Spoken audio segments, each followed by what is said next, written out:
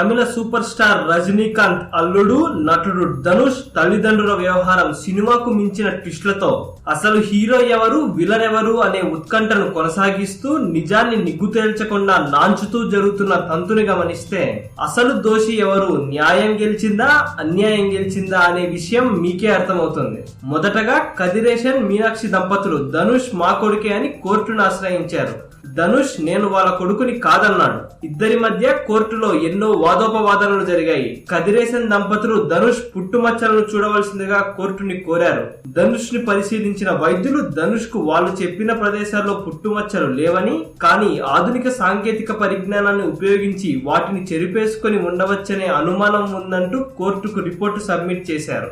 దీని తరువాత కదిరేషన్ దంపతులు ధనుష్ కు DNA టెస్ట్ చేయవలసిందిగా మదురై కోర్టులో పిటిషన్ దాఖలు చేశారు. ఈ పిటిషన్ విచారణకు స్వీకరించిన న్యాయస్థానం ధనుష్ కు DNA పరీక్ష జరిపించాలని ఆదేశాలు ఇవ్వగా, ధనుష్ తరపు న్యాయవాది DNA టెస్ట్ అనేది వ్యక్తిగత స్వేచ్ఛకు, ధనుష్ ఆత్మగౌరవానికి సంబంధించిన విషయమని, DNA టెస్ట్ అవసరం ఏముందని కాస్త గట్టిగానే వాదించాడు. దీంతో కోర్టు ఈ విషయమై ఎటువంటి నిర్ణయం తీసుకోకుండా ఈ కేసుని వాయిదా వేసింది. ఈ జరిగిన తంతుని గమనిస్తుంటే ధనుష్ డిఫెన్స్ లో పడ్డారని అందరూ అనుకున్నారు. కదిరేషన్ దంపతులు తమ వాదనని బలంగా వినిపిస్తుంటే ధనుష్ తప్పించుకోవాలని ప్రయత్నిస్తున్నట్లుందని చాలా మంది భావించారు. కానీ అంతలోనే అందరినీ విస్మయానికి గురి చేస్తూ ఈ కేసులో ఒక పెద్ద ట్విస్ట్ చోటు చేసుకుంది. మద్రాస్ హైకోర్టు మదురై బెంచ్ కదిరేషన్ దంపతులు వేసిన పిటిషన్ ని కొట్టివేసింది. కదిరేషన్ దంపతులు చూపించిన సాక్ష్యాలు సరిపోవని తేల్చేశారు. దీంతో ఈ కేసు వీగిపోయింది. నేను ఇంతకు ముందు ధనుష్ అమ్మా నాన్నలపై ఒక వీడియో చేసినప్పుడు చాలా మంది సామాన్యులు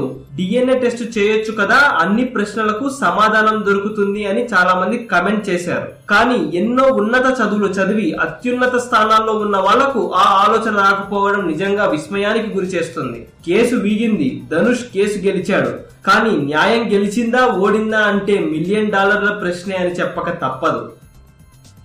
ఈ వీడియో కనుక మీకు నచ్చినట్లయితే లైక్ చేయండి, కుదిరితే షేర్ చేయండి. ఛానల్ ని సబ్స్క్రైబ్ చేయడం మాత్రం మర్చిపోకండి. మరిన్ని ఇంట్రెస్టింగ్ అప్డేట్స్ తో మీ ముందుకు వస్తాం.